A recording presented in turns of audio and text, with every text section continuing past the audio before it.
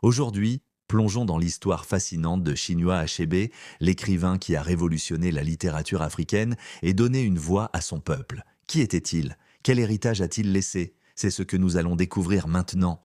Né en 1930 à Ogidi, au Nigeria, Achebe grandit entre tradition Igbo et culture coloniale britannique. Dès son plus jeune âge, il est fasciné par les contes et légendes de son peuple. Brillant étudiant, il rejoint l'université d'Ibadan où il découvre la littérature occidentale.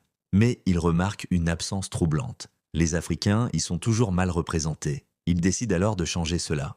En 1958, Chinua Achebe publie Things Fall Apart, Le monde s'effondre. Le roman raconte l'histoire d'Okonkwo, un chef Igbo confronté à l'arrivée des colons britanniques. C'est une révolution littéraire. Le roman est un triomphe. Traduit en plus de 50 langues, vendu à plus de 20 millions d'exemplaires, il devient le premier roman africain étudié dans le monde entier. Mais Achebe ne se limite pas à l'écriture. Lors de la guerre du Biafra, il soutient son peuple et critique ouvertement la corruption et la dictature au Nigeria. Reconnu comme l'un des plus grands écrivains de son époque, Achebe reçoit de nombreuses distinctions, dont le Man Booker International Prize en 2007. Pourtant, il ne recevra jamais le prix Nobel, une injustice selon beaucoup.